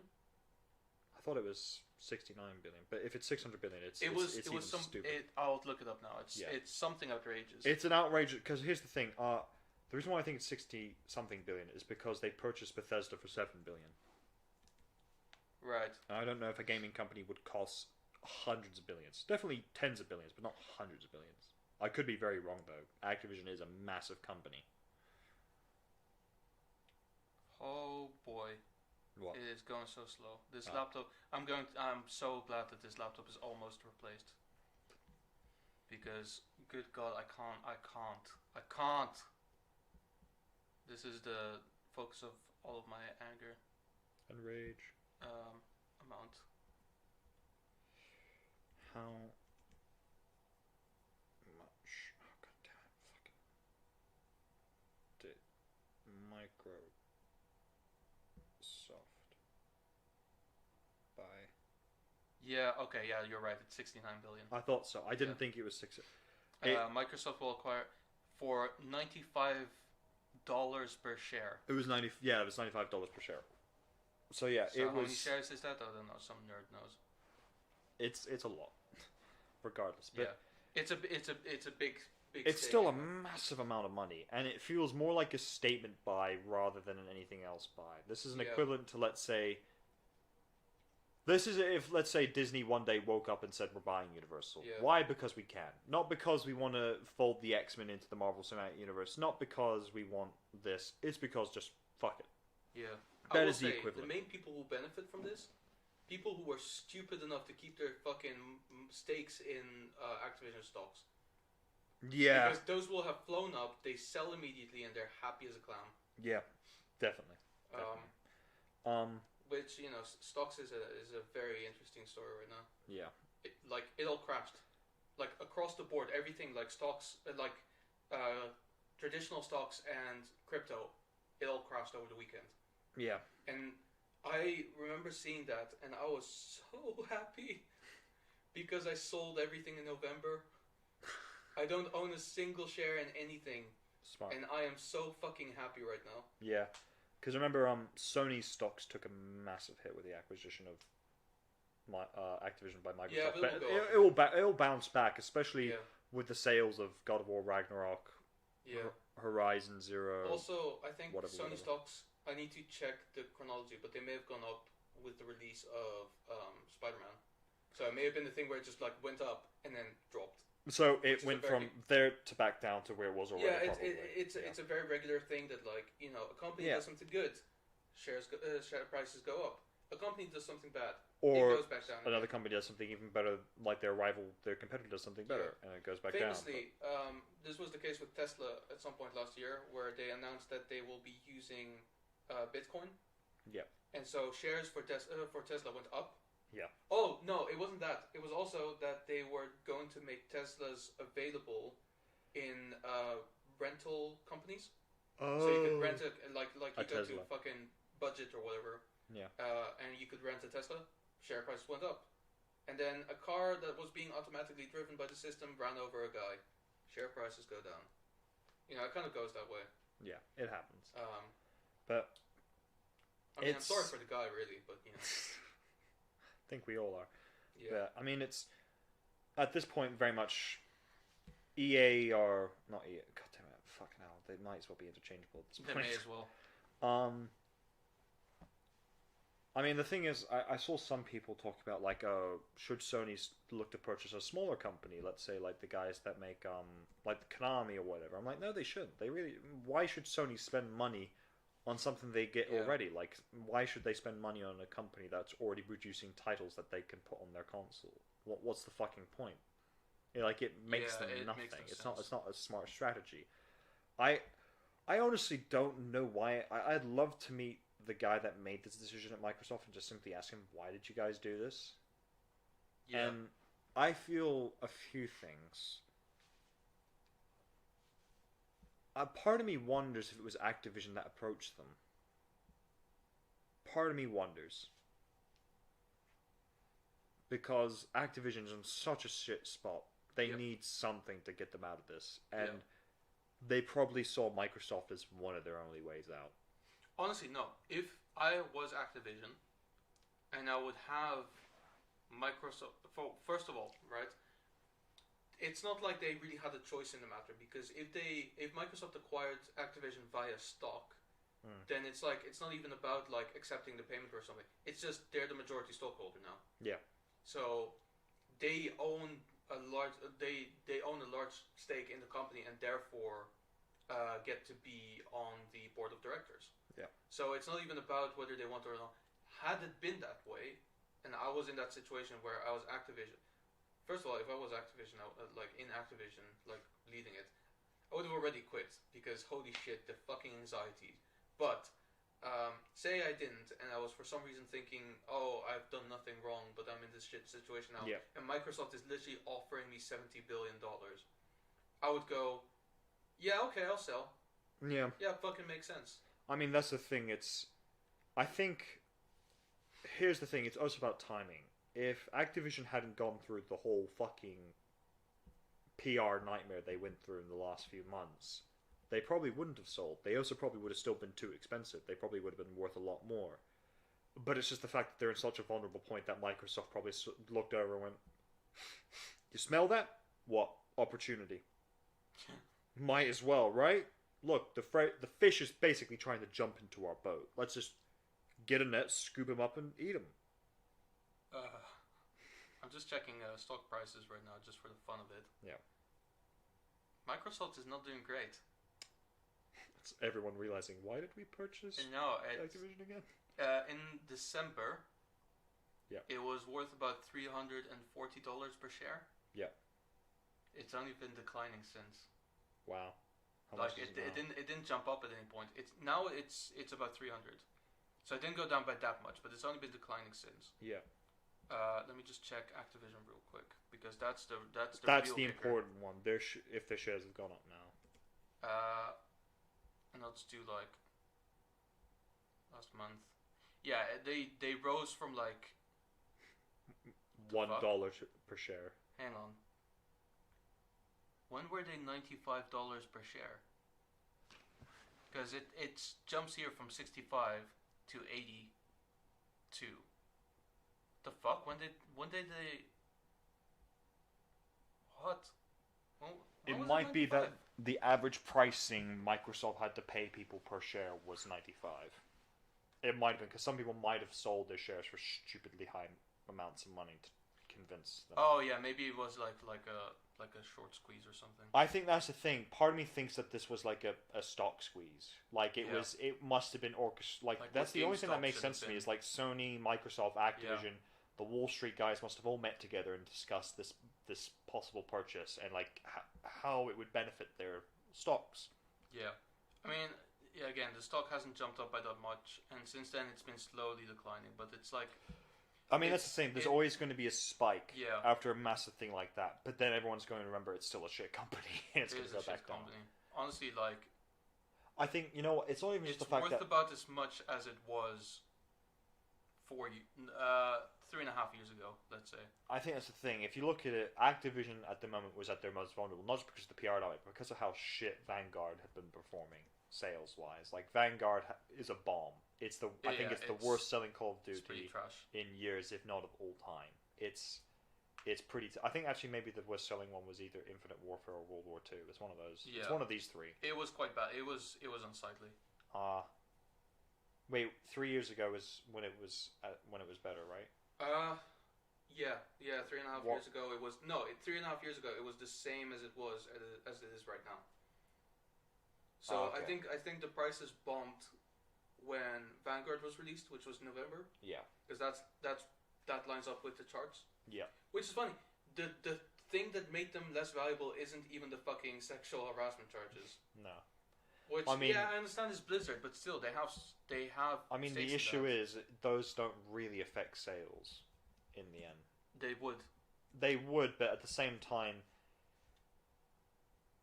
it's also subscription based with World of Warcraft, and if they still have. If people massively unsubscribed after the Fallout, which I don't know if they did, if people still remained like on the World of Warcraft subscriptions, it wouldn't have plummeted that much. Yes and no. I think that still, first of all, it's based on how many people still have a subscription. Yeah. I don't think anyone would have really cancelled their subscription over this, mainly because. I think people kind of forgot that they even have a subscription. Yeah, absolutely. But there's always going to be the actual stocks themselves that people invest in. Yeah. And people can sell those. Yeah. So in that regard, I think it is totally like stuff like that will definitely impact something like that. I mean, I feel with Activision's stock decline, it's not been one thing. So it hasn't just been the PR. It's been the fact that I feel it was already like essentially the camel was already carrying the PR nightmare hit, and then a bunch more came down. Yeah. And it wasn't enough to break it. But then like Vanguard bombed, one final straw, and the camel just split in two from Vanguard. Imagine that you abuse women. And then you can't even make a good game. Fucking, what even are you? Yeah, there you go. It's interesting. It is interesting. I don't think this is as a Titanic. Like, I mean, let's look at other examples of this. 20th Century Fox was bought by Disney. And everyone thought that was it for Hollywood. Disney had won. Nothing's changed. No. Nothing has changed. Yeah. It's going to be the same with this. Microsoft's bought Activision. Yeah. It's 3 years time, 5 years time, we're going to be asking, did anything change? Because Warner Brothers still exists, Sony still exists, Universal still exists. So. But is Universal really doing anything right now that really does anything good? What movies did they make that you like again? What, this year? Since the acquisition of Fox? I'm not disputing that they're a bad Universal, distributor. But there's a reason why you're saying, are they really doing anything? Like, yes, Universal's doing something, and you like what they've been doing. Oh, well, Fast and Furious. Exactly, yes. Look, okay, no, that's different. I can appreciate Fast and Furious for what they are, and I love them for what they are, but I can still from a technical point of view and from a storytelling point of view, they're not particularly interesting. I mean, it's ultimately in the end. I mean, that's not going to make them money. Like, oh, there's a great Universal, storytelling film, right? In terms of this whole distributor war, is like Nintendo. It's just there. Yeah, it's just there. But I mean, that's it's the not thing. part of the main competition, which is essentially Disney versus Warner Brothers. It is, yeah. Yeah. And which sucks because Warner Brothers is making some steamy piles of doo doo. Yeah, Warner Brothers very much is losing this very obvious battle at the moment. Yeah, like it's not everything they do is bad, but just none of it is really exceptional. Nothing they produce is going to compete with what Disney's producing at the moment. So that's the thing. There's potential stuff. I mean, Warner Brothers, looking at it in terms of like the possible IPs they have, like comparing them to Disney, they actually match them, I would say, pound for pound, because Disney has Star Wars, it has Marvel, it has the Disney Princess stuff, and it has Pixar. Warner Brothers has DC, it has Harry Potter, has Lord of the Rings, has HBO. It can match them pound for pound. It's just what they've produced is not great pound for pound. Yeah. And yeah, it's just. Well, yeah, I will say though, Peacemaker is a pretty interesting show. I still need to find a way of watching it. It's literally like the only thing I can really say about it is like very much like the Suicide Squad, that style. It's very much just kept. That's good. That's good. And John Cena is a hell of a guy. So you can see him in the. You can see him, yeah. It's because he's wearing the helmet. So it's like a beacon. But like if you look into the what's under the helmet, you kind of see like it looks like it's floating almost. Yeah, that's weird. Anyway, yeah. One thing I wanted to discuss with you briefly on the topic of Activision. Yeah, absolutely. And I sent this to you a while ago. Was a tier list of all the Call of Duties that had ever come out. Yes. Up to this point. Yeah, and I wasn't in full agreement of it. We pretty much both looked at it and said, "No, you're wrong." I said that I didn't say it was wrong per se. I just said it's highly debatable. Yeah, it's highly debatable. So because it is highly debatable. We're gonna go through all the Call of Duties at the moment. Okay. Most of them are here, thankfully. Actually, not even all of them are actually here. Are we making our own tier list? Is this what this is? No, we're gonna discuss whether or not I think certain ones. Almost kind of just ranking them from like last to first in terms of where I would enjoy them. I will say this: we obviously can't include Call of Duties we haven't played because that's just not fair. So I can't include Black Ops 4 in this. Nor can I. I can't include Vanguard. Okay. But I can include Call of Duty 3 really, and the first ever Call of Duty because I played the remake of it. Not even so I can include the remake. I want that. Yeah. Because I don't really count that. Which I mean, they're not even on this list. That's how little they really cared about. To be fair, this list is bad because if you actually zoom in, this list is so bad that I'm pretty sure the Call of Duty 4, I think, is the DS version. If you look on the left of it, there's like this little lip that is usually on the Nintendo DS. Yeah, I see it. So this is not a great list to begin with. Jesus Christ! So little effort was put into making that list. They didn't even find. They found the occasional proper poster for certain ones, and other ones they just like, this is all I could find. We'll just put a game box on there. Yeah. Just fucking whatever, man. Should we just? Do you want to go from worst to best because that's going to be? Yeah. That's going to be very subjective. I might not agree with you. Should we just go in chronological order and just go from there? Yeah, just say what we don't have to make. So list. We'll do it like in terms of like from our earliest memories of playing certain Call of Duties and how much we enjoyed them. And whether or not we would happily go back and play them again, or whether or not we just regret buying them, because there's a few I do. First and foremost, Call of Duty 3. No, I would go back. I would go back as well. I think it's a fine game. No. I would go further back. I I played Call of Duty 2. I've never played Call of Duty 2. It's a solid game. Fair enough. So we both agreed that at least honestly, 2 and 3. Yeah, it's horribly outdated, but still, like for the experience of just playing a good first-person shooter. Yeah. That will do you. I agree. Then I think to the one that we both played that's the earliest on our lists. Yeah, and probably my favorite one. Call of Duty 4 Modern Warfare. Love it. I would say I love it.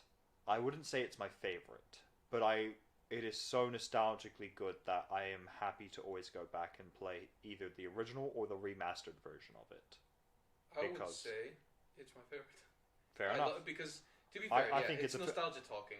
It's nostalgia No. for the most part, but I do find myself like playing it again every now and then. Yeah, don't get me wrong. I think that's a fair thing to say because I had this discussion at work recently about favorite movies of all time, Yeah. and I always used to say Dawn of the Planet of the Apes. I've now said I think possibly Spider-Man No Way Home is Yeah, now that's my fair. favorite. That's But- fair. Next up, World at War. Yeah, I have played it. It's okay. I solely for the zombies loved it. Yeah. I didn't mind the multiplayer. I found it was fine. The multiplayer was a bit lacking. I think the campaign was good. The campaign was good. Multiplayer wasn't as good as Call of Duty 4, definitely. The zombies mode saved it for me. That was the game mode I kept going back to. I will say most of these, I'll be honest, I will be judging for the campaign mostly because I haven't really played many of them online. I used to not really be like an online gamer. Yeah, that's fair. That's So- fair. You know, What was after that? Modern Warfare 2. Modern Warfare 2. Yeah, I actually have a list, so I can just like peek. Fair enough. Modern Warfare 2, I loved. Yeah. I thought it was great, and I think that one is probably the one that I played the most out of all of them. Yeah. Because that's the one that we played on game nights when I was younger. On Same. the PS3. Same. Um, So I think that's the thing. Modern Warfare 2 is, I think, it is widely regarded as the best of all time. Yeah. Which I think is a fair argument. It really is that good. it is really good. It's definitely not my favorite, but No. I do love it. Yeah, the And campaign was fucking solid. Campaign solid, Honestly, multiplayer actually, is... do you know what? I'll judge this one for the multiplayer. It was really good. I love the maps. I think, in terms of maps, I think COD 4 had some of the most iconic because it was Yeah. just they introduced so many iconic ones. Yeah, But I think Modern Warfare 2 just had the best overall. yeah, because I remember like, you know, especially like the rooftop one was kind of fun.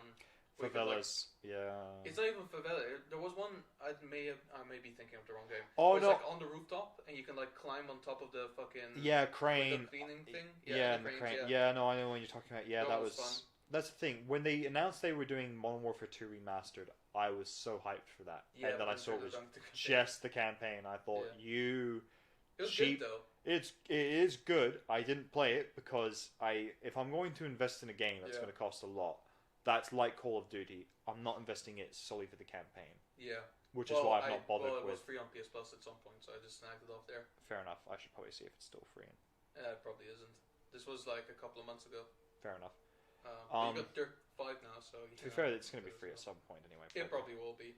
What was after Black Ops? Black Ops, yes. I love Black Ops. I love Black Ops as well. I think it had a solid story. I think that's probably my second favorite, if I can be completely honest. I think Just because the story was so fucking cool I and well agree. made, I well think put it's together.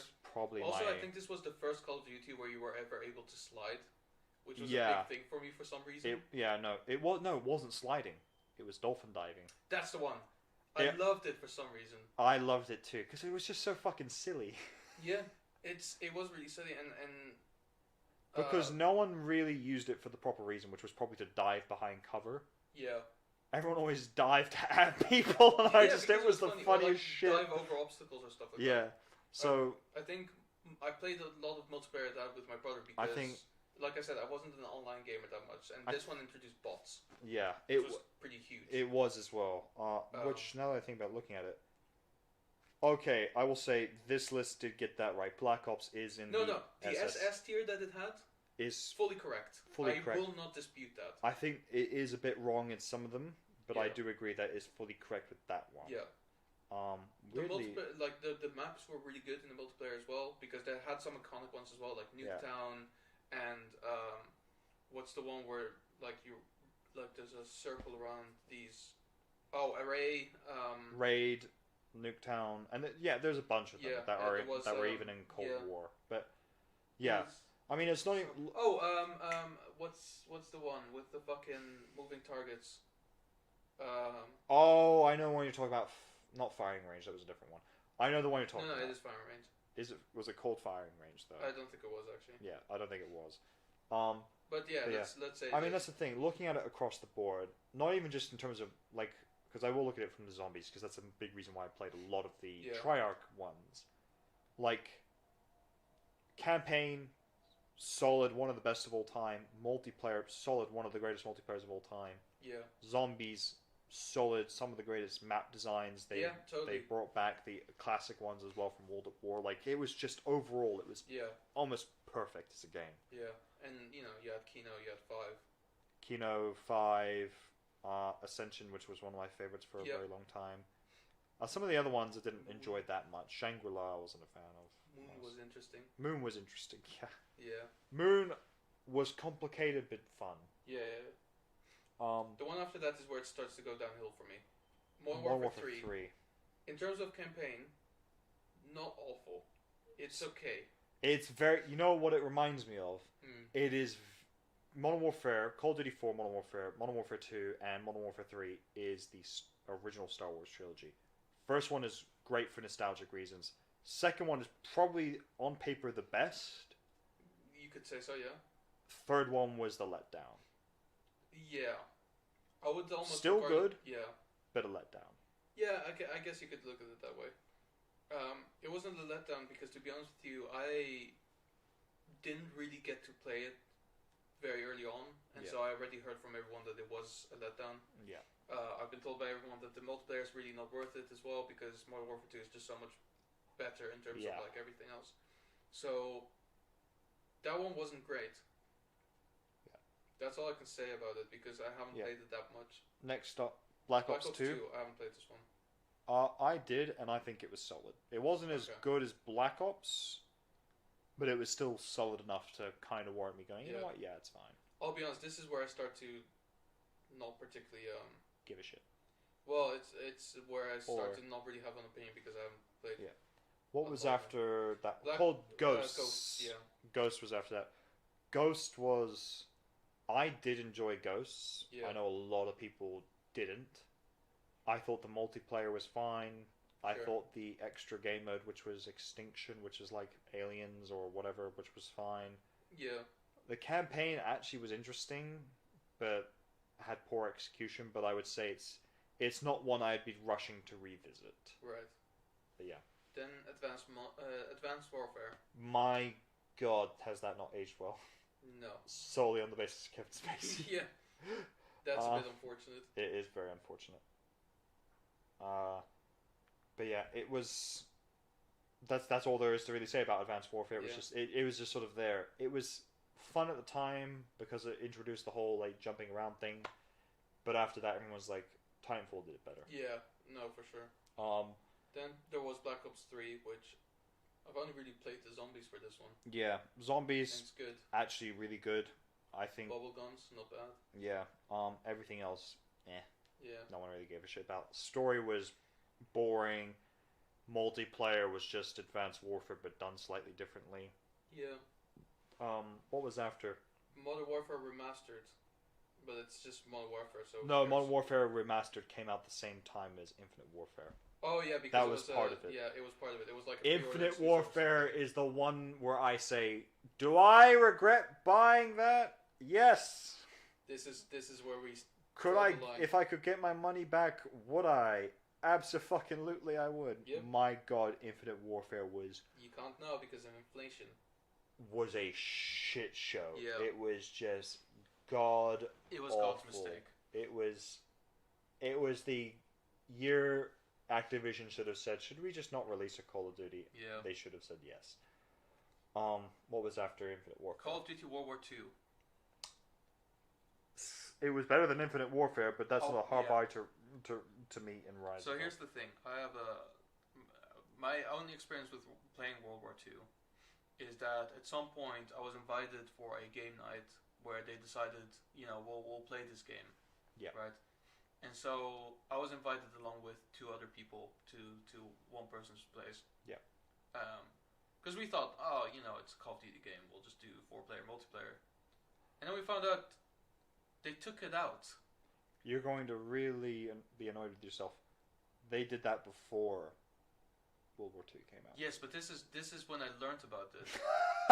Okay, fair enough. So that's when I got angry, and I was like, since when did they decide they should have a 2-player split screen for party mode? That doesn't make any sense. It really doesn't, and I really don't know why they've not brought it back. Because for me, that was the selling point of Call of Duty, is that you could sit there with your friends. I think Battlefield doesn't have that. You know what? I remembered why Black Ops 2 is the only reason why I actually enjoyed it was because it was the first time Zombies had 4-player split screen and not just 2-player split screen. Really? Yeah. It was the I first... thought Black Ops 1 had it as well. No, that was still 2-player. Are you sure? Am I sure? Actually, no, you're right. I am right. Yeah, you are right. It had 4-player split screen for multiplayer, but not for Zombies. Oh, it didn't. Yeah. Zombies was still exclusively 2-player split screen. Actually, it had 2-player split screen for. Oh wait, no, sorry, you're saying So no, I'm getting confused. So I'm talking about specifically Zombies. Yeah, no, that's It was the only one that introduced 4-player split screen Zombies. Every other one had just 2-player. Yeah, that's solid actually. Yeah, that was the only reason I played it a lot, because I invited friends over and we all sat down and just played Zombies. There you go. That's the selling point for Call of Duty. It always has been for me because when I grew up, right, there were 2 games that I played the most with my friends, which was Call of Duty Modern Warfare 2 and James Bond Nightfire. Yeah. Right? Kind of similar games, but Nightfire is obviously of a slightly more aged generation. Yeah. Because that was on the GameCube. I think that was the saddest death there was, the death of the couch play for Sony and Xbox. For Xbox and PlayStation. They just make poor decisions with that. Yeah. Because they should have just kept it going. This is where Nintendo wins. I think that's because Nintendo was just winning so much that they just gave up. And they're like, fair... That was the only time I think Nintendo was a factor in the console war. And then just both Sony and Microsoft went, well, they're beating us in that, but we're beating them in everything else. Because the only titles they can produce are exclusive ones. Everything else that goes to them is dog shit. Like, the Call of Duties that have gone to Nintendo have been... Well, yeah, borderline unplayable. Borderline unplayable to the point where it's like, Sony and Microsoft kind of look at Nintendo and go, you know what? You're that one cousin that's invited to events that we talk to because you're here. But when we want to hang out, you're not invited. Like, I'm still trying to figure out, like, why did they make Modern Warfare for the DS? Because they're stupid. Like, who decided? I actually remember getting that and then regretting it. Well, I'm not surprised. Yeah. Okay. So. So that's Infinite. That was World War II. Then came Black Ops 4. Never played it. Which I haven't played. Which, to be fair, was solely just a battle royale game. Then came Call of Duty Mobile, which, do we care? I mean, Call of Duty Modern Warfare. We're back in the present. We're back to the present, and here's the thing. I still play it to this day. I would still between the 3 that are currently out, that's the one I would play. Yeah. And here's the thing, it's not actually in that tier list, and I realize it doesn't go up to 2019. The one I sent you. So I would actually put that probably either an S tier or even SS tier, because I think it is that good. It is that good. Because I think the campaign is remarkably good for a prequel campaign. It's fantastic. Yeah. The multiplayer is fantastic. Warzone is great, but the multiplayer very much reminded everyone this is how great Call of Duty can be. And this is the thing. Like, the campaign is awesome. It is. I think if not a little bit short, but other than that, amazing. Yeah. Right. But the multiplayer is the one I keep coming back to. Yeah. And it's also, what I like about it is, first of all, it's still supported as well, despite the fact that there's 2 other games. Well, 3 if you count Warzone as its own game, which this list certainly does. Which, to be fair, makes sense. It is fair. It's more like it's the nexus point between these 3 games. Yeah. So I think we can talk about it separately. Yeah. I will say, while I did forget about it, I think the co-op mode they introduced for Modern Warfare actually was really good when they made it. I haven't actually played that. It was much better than most of other Infinity Ward's previous attempts. I can believe that. Because here's the thing, that was Warzone before Warzone, because it took place in Verdansk. Yeah. Across all of Verdansk, like, it was a massive thing, and it was really good because of it. But anyway. But for Modern Warfare, again, what I want to say is, like, despite the fact that it has these other games that it has to take care of, it will still regularly update it with new game modes. There you go. Like, every week there's different game modes to play. Wow. And yeah, they swap out every week. Sometimes they'll come back because fans like particular ones. Like, I think one of my favorite ones is Shoot the Ship, which is basically just you only get shipment or shoot house. Yeah. And with a larger amount of players. Yeah. So it's a little bit more chaotic, but I makes remember it a little more fun.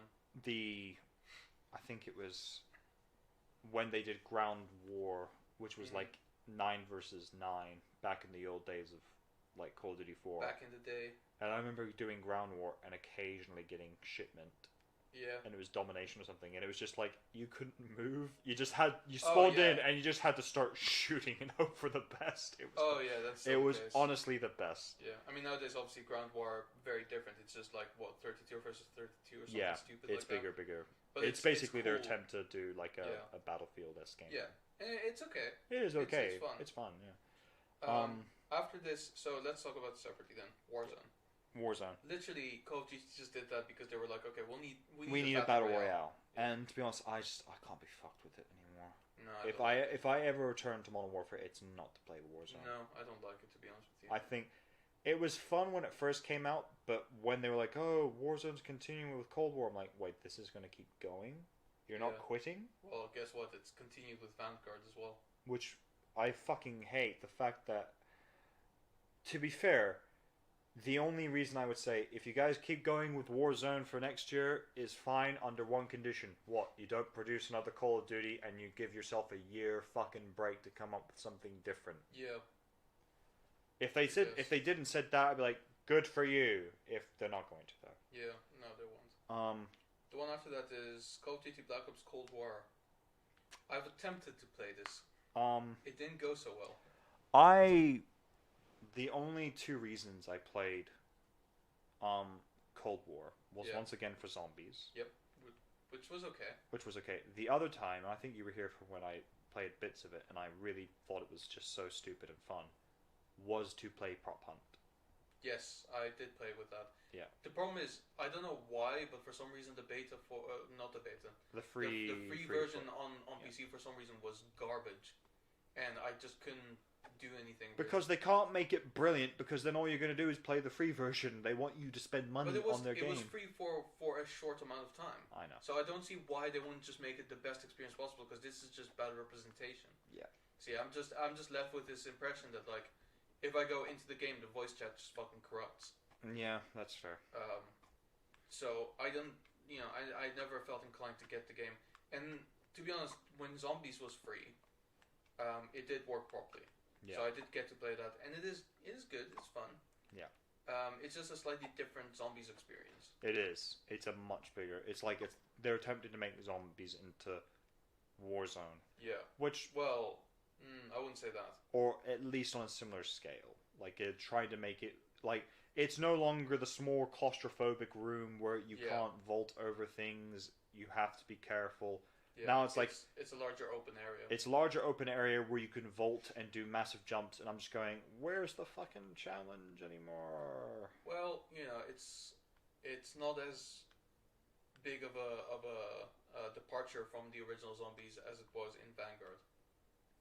This is where I actually own Vanguard, and I still don't quite remember why I'd let someone talk me into it. Yeah, I don't know either.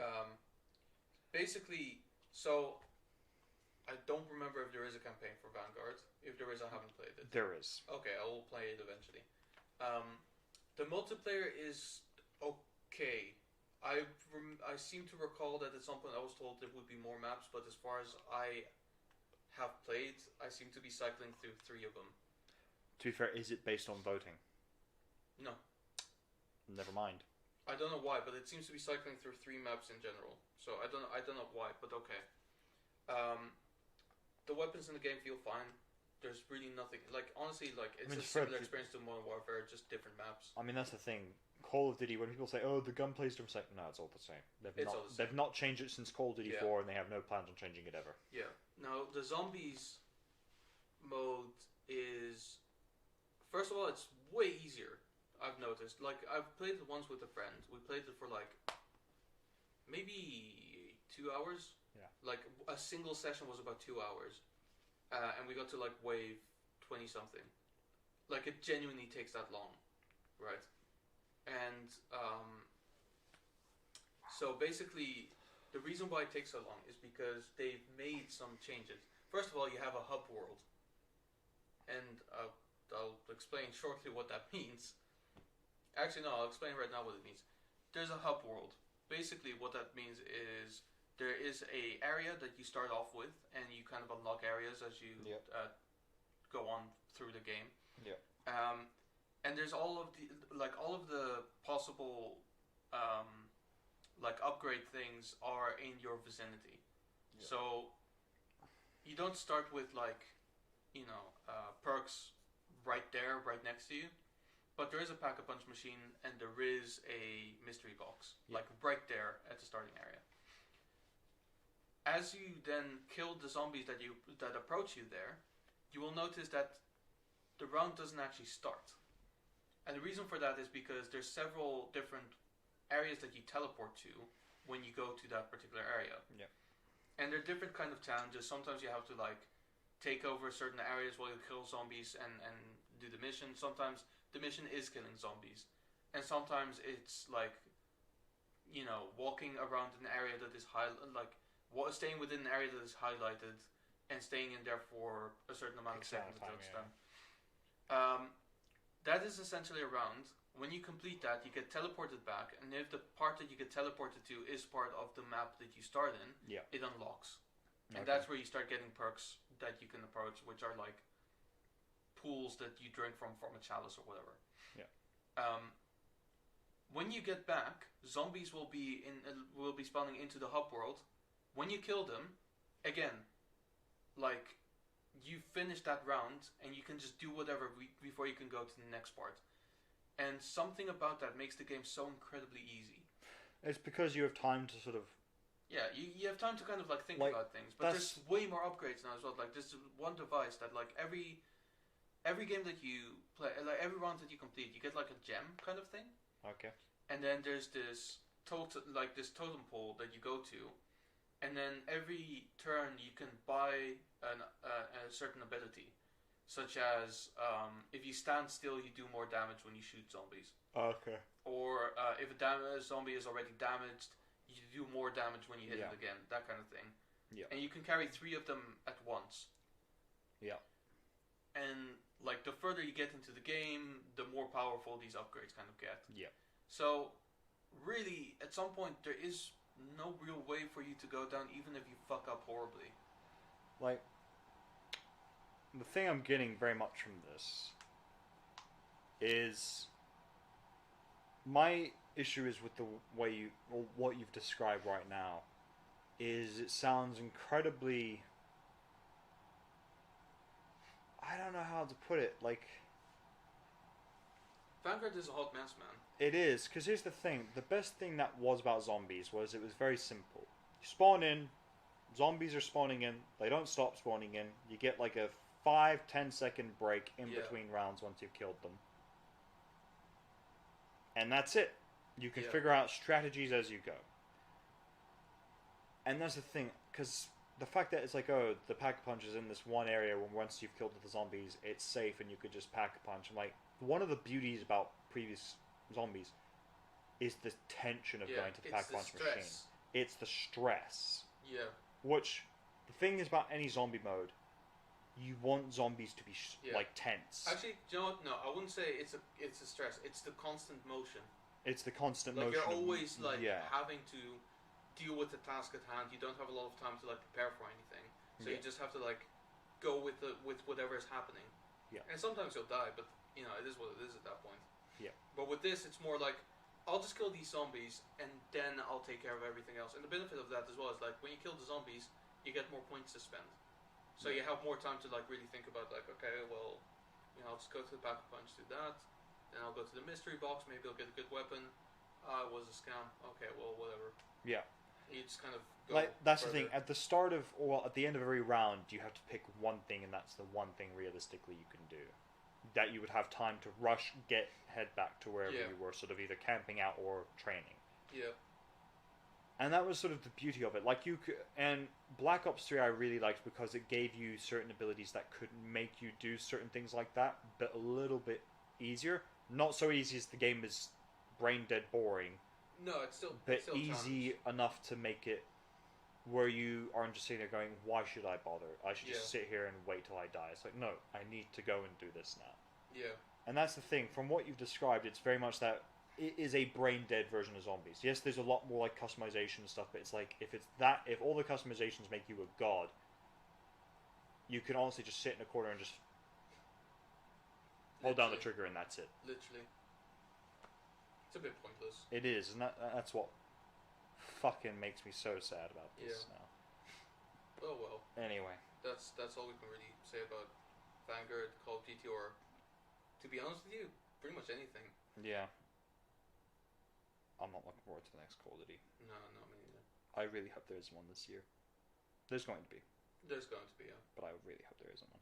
Anyway, I think that's going to be it from us. Yep. I can't think of anything else to talk about. Nor can I, so we'll just leave it at this. Yeah. So, thank you for tuning in, guys. Yep. Next week, no idea what we'll do, but we'll think of something. We sure will. And until then, thanks and